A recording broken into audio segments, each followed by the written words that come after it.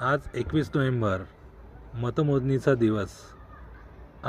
जी निवडणूक 2 डिसेंबरला झाली होती ती आज 21 डिसेंबरला मतमोजणी होणार होती. खूप लोकांना शंका होती की एवढे दिवस 20 दिवसाचा डिफरन्स होता मतमोजणीसाठी.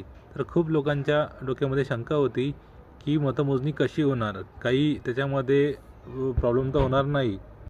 बट तो आज नगर परिषद भद्रावतीमध्ये जो रिझल्ट आला आहे तो खूप छान आला आहे.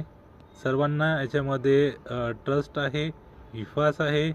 तर अध्यक्षपदासाठी जे निवडून आले आहे उमेदवार प्रफुल्ल चटकी यांचे शिवसेना गटाकडून ते उमेदवारी होती, त्यांनी निवडून आले आहे, त्यांचे खूप खूप अभिनंदन. तसेच नगरसेवकासाठी जे पण 29 उमेदवार उभे होते त्यांचे पण खूप खूप आभार, अभिनंदन. मी ज्या प्रभाग क्रमांक 1 मध्ये असतो तिथे काँग्रेसचे उषा जाधव हे निवडून आले आहे. यांनी फक्त 8 मतांनी विजयी झाले आहे, फक्त 8 मतांनी.